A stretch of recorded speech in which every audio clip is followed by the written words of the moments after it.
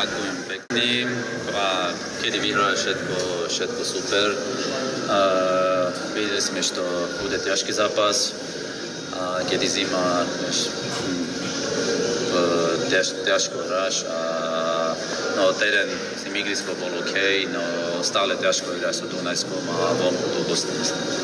Ťažký zlomový moment, tá penálta. Veril si, že to premeníš, tradične to tam kopeš do toho dolného rohu? A ne, Pope môj kamarát, ja som vedel, on má respekt, vieš, on nemôže to brániť, ja som vieš, to dávam, to je stále.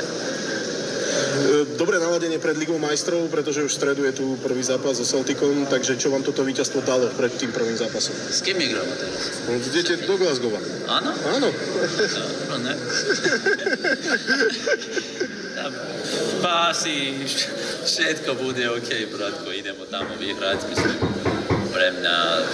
S kým hráme? Celtic Glasgow? Celtic Glasgow, brate, taký obyčajný tým. Nikoj, vieš, brate, to je všetko mentalita. Ako si strong mentalita, môžeš vyhrať všetko. A futbol je tajná, vieš, nevieš, s kým môžeš hrať a s kým. A teraz všetky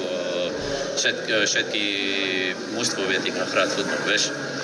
6 zápasov, 6 gólov, výborná forma, ako sa cítiš? 6 zápasov, 6 gólov.